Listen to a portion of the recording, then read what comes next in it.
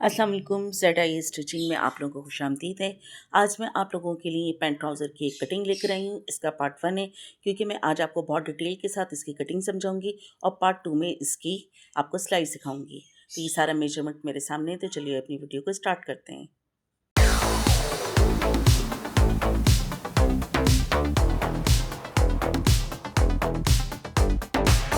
जी viewers, ये देखिए, सबसे पहले मैंने इसके जो है ये साइज़ ले लिया है। जिस तरह आपका साइज़ हो उसके अकॉर्डिंग इसी तरह से आप काम करेंगे। जो हमारी लेंथ होती है उसमें 5 इंच प्लस करते हैं, क्योंकि 2 इंच हमारा नेफे के लिए और 3 इंच हमारा बॉटम की फोल्डिंग के लिए होता है। इसलिए हम इसमें 5 इंच जो है वो प्लस करते हैं अपनी लेंथ में। तब आ जाते हैं अपने घेरे की तरफ। अब घेरा है इसका 18 इंच, तो 18 का मैं हाफ़ करूँगी, तो हाफ़ करके हमारे पास आएगा 9 इंच।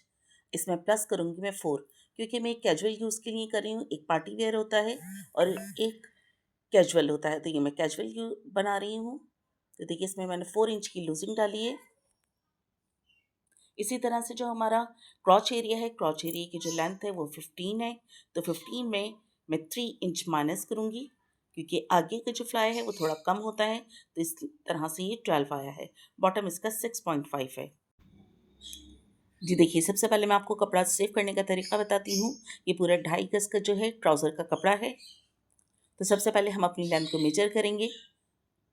जिस तरह मेरे पास जो लेंथ है वो 37 है, मैंने 5 इंच इसमें प्लस करा, तो ये 42 हो गया है।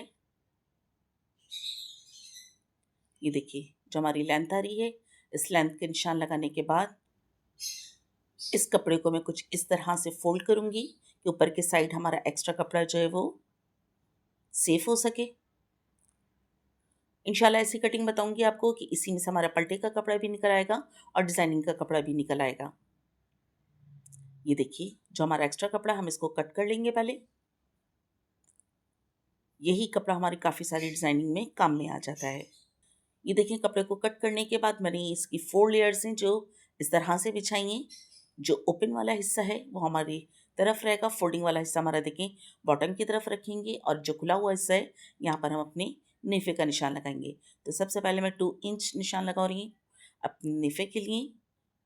ये देखें, इस तरह से 2 इंच का मार्क लगाकर इसकी लाइन ड्रॉ करेंगे।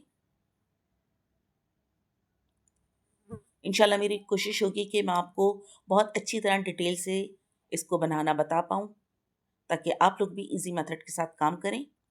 2 इंच के नेफे के निशान के बाद हम आ जाते हैं अपने घेरे की तरफ। तो घेरा 18 था, 18 का आधा 9, और उसमें 4 इंच की लूजिंग डालने के बाद ये 13 इंच हो गया है। तो घेर का निशान मैं 13 इंच पे लगाऊंगी। ये देखिए, कुछ इस तरह से।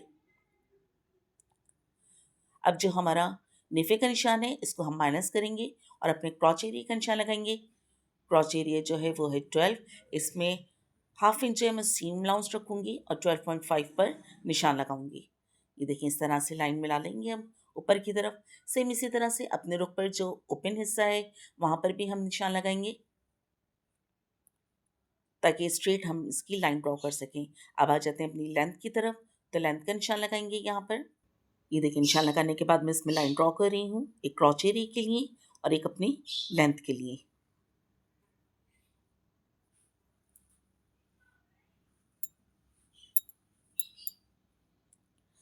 ये देखिए, दोनों लाइन ड्रॉ कर ली।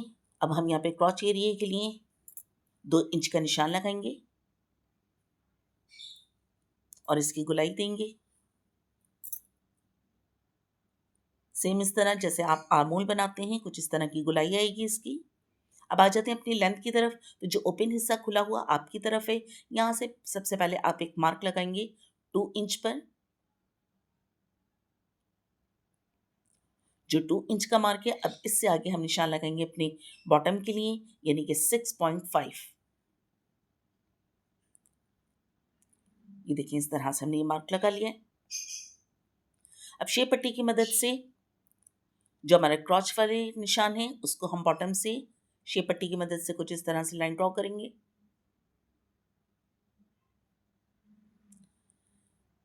ये देखें, अब जहां हमारी फिटिंग की सिलाई आती है, इस तरफ आपने स्ट्रेट लाइन ड्रॉ नहीं करनी, बल्कि हाफ इंच के इस तरह से क्रॉस में आपने लाइन ड्रॉ करनी है। क्योंकि जब आप बॉटम फोल्ड करते हैं तो ये आपको बहुत इजीली बैठ जाता है। इसी तरह से इसमें मैं 1/2 इंच का मार्जिन दूंगी बॉटम की तरफ भी और क्रॉच एरिया की तरफ भी। शेप पट्टी की मदद से हम इसके सीम लाउंस का निशान लगाएंगे। ये देखें, ये हमारा एक्स्ट्रा का निशान है जो हमारा सीम लाउंस रहेगा।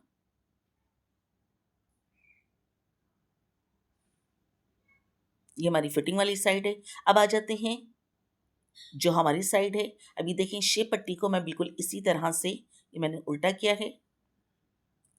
अब इस शेप पट्टी की ये वाली जो नोक है, हम ये वाली जो क्रॉच एरिया की लाइन है इस पर इस तरह से रखेंगे और इसको एडजस्ट करेंगे नीचे बॉटम की तरफ और यहाँ पर एक लाइन ड्रॉ करेंगे। अब नीचे तक लाइन इसमें बिल्कुल स्ट्रेट जाएगी। अब ऊपर जहाँ आपका मार्क खत्म हो रहा है, हल्का सा इसमें 1 इंच ऊपर लाते हुए इसकी गोलाई दें। ये देखिए, मार्किंग कंप्लीट हो गई है। अब जो हमारी तरफ खुला हुआ हिस्सा है, जो हमारे ट्राउज़र की बिल्कुल सेंटर सिलाई आएगी, उसको मैं कट कर रही हूँ। बिल्कुल मार्किंग पे कट करेंगे इसको, क्योंकि सीम लाउंस इसी में इंक्लूड है।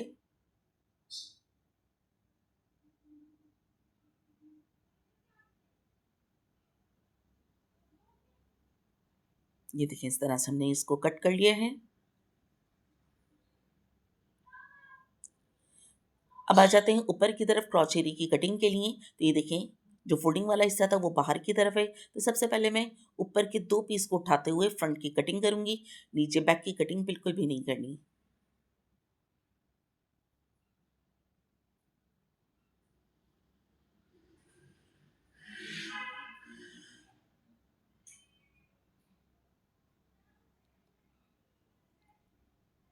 बस जो हमने एक्स्ट्रा का मार्क लगाया है उसके साथ साथ हम कट करेंगे, इसको नीचे लाते हुए क्रॉस करेंगे। अब फ्रंट की कटिंग के बाद ये जो हमारे क्रॉच एरिया का निशान था, इसको हम दूसरे वाले पीस पर बाहर तक निशान लेके जाएंगे। सीम लाउंस को इंक्लूड नहीं करना। जो फिटिंग का निशान है वहां से मार्क लगाते हुए बिल्कुल स्ट्रेट लाइन ड्रॉ करेंगे ऊपर तक, क्योंकि बैक का यहाँ पर क्रॉच एरिया बनाना है।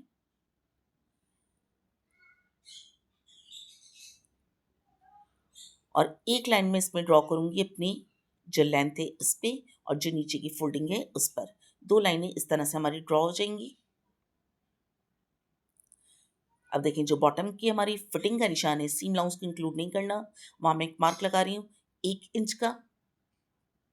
और जहां क्रॉच एरिया बनाना है यहाँ पर हम 2 इंच का निशान लगाएंगे और इसको गोलाई का शेप देंगे। अब शेप पट्टी की हेल्प से ये देखिए, बॉटम के साथ मिलाते हुए इसमें मार्क लगाएंगे। इसमें भी सेम इसी तरह से 1/2 इंच का मार्जिन रखेंगे।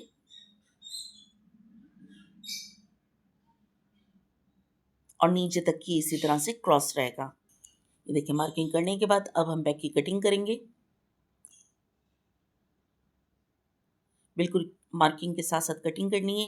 हो सकता है वीडियो थोड़ी सी लंबी हो जाए, मगर मेरा पूरा मकसद ये है कि आपको डिटेल के साथ, इतने इजी मेथड के साथ आपको समझाऊं कि आपको लगे जो काम बड़ा मुश्किल लगता था हमें, वो काम करना बड़ा ही आसान है।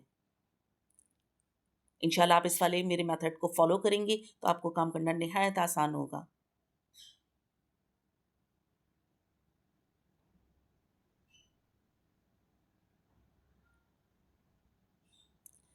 ये देखिए, अब ये जो हमने फोल्डिंग का अपना मार्क लगाया हुआ है, सबसे पहले मैं नीचे के फोल्ड को हाफ कर लूंगी। अब देखिए, ऊपर के 2 पीस जो हमारे ये फ्रंट के हैं, जो हमने लेंथ का मार्क लगाया था, यहाँ पर एक नॉच लगाएंगे इसकी फोल्डिंग के लिए। इसी तरह बैक पर भी मार्क लगाएंगे।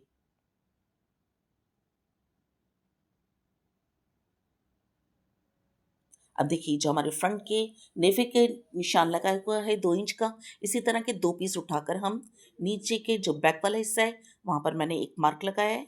ये देखिए, ये 2 पीस हैं।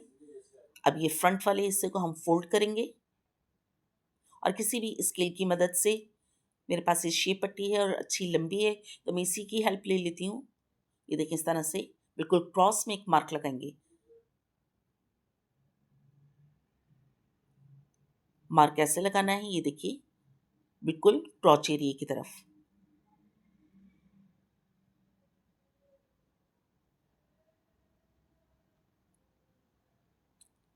अब ये जो हमने इसकी क्रॉस कटिंग करी है, यहाँ पर अब हमें पीछे एक बेल्ट लगानी है। तो इसकी बेल्ट की कटिंग करते हैं। सबसे पहले इसको मेजरमेंट लेंगे। ये मेरे पास 15.5 आ रहा है, आपका जितना भी है इसी तरह से कट करना है। ये देखिए, जो मैंने सबसे पहले लेंथ में से एक पीस उतारा था उसी पट्टी को मैं यूज़ कर रही हूँ। तो वो हमारे डबल पीस था 15.5, तो उसकी लेंथ अगर खोल के ली जाए तो ये बन जाती है 31। ये देखिए, इस तरह से मैं आपको डबल करके भी रख के दिखा रही हूँ। ये देखिए, खुलने के बाद ये 31 हो गई। 31 का हम एक मार्क लगाएंगे।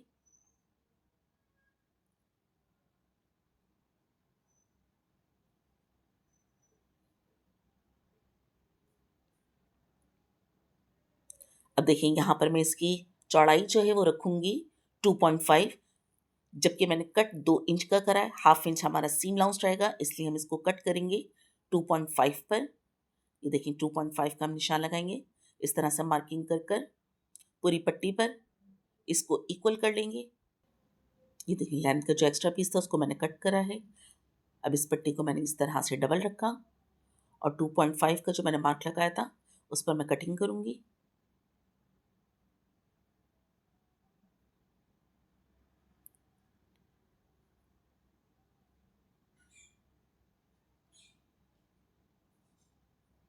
ये देखिए, इस तरह से हमारी ये बैक की बेल्ट जो है वो कट हो चुकी है। ये हमारा पूरे ट्राउज़र का ग्राफ है और ये इसकी बेल्ट आ गई है। उम्मीद है आपको आज की वीडियो पसंद आई होगी। इसके पार्ट 2 देखने के लिए लाज़मी मुझे कमेंट्स करिएगा, उसमें मैं आपको इसका स्टिच करना बताऊँगी।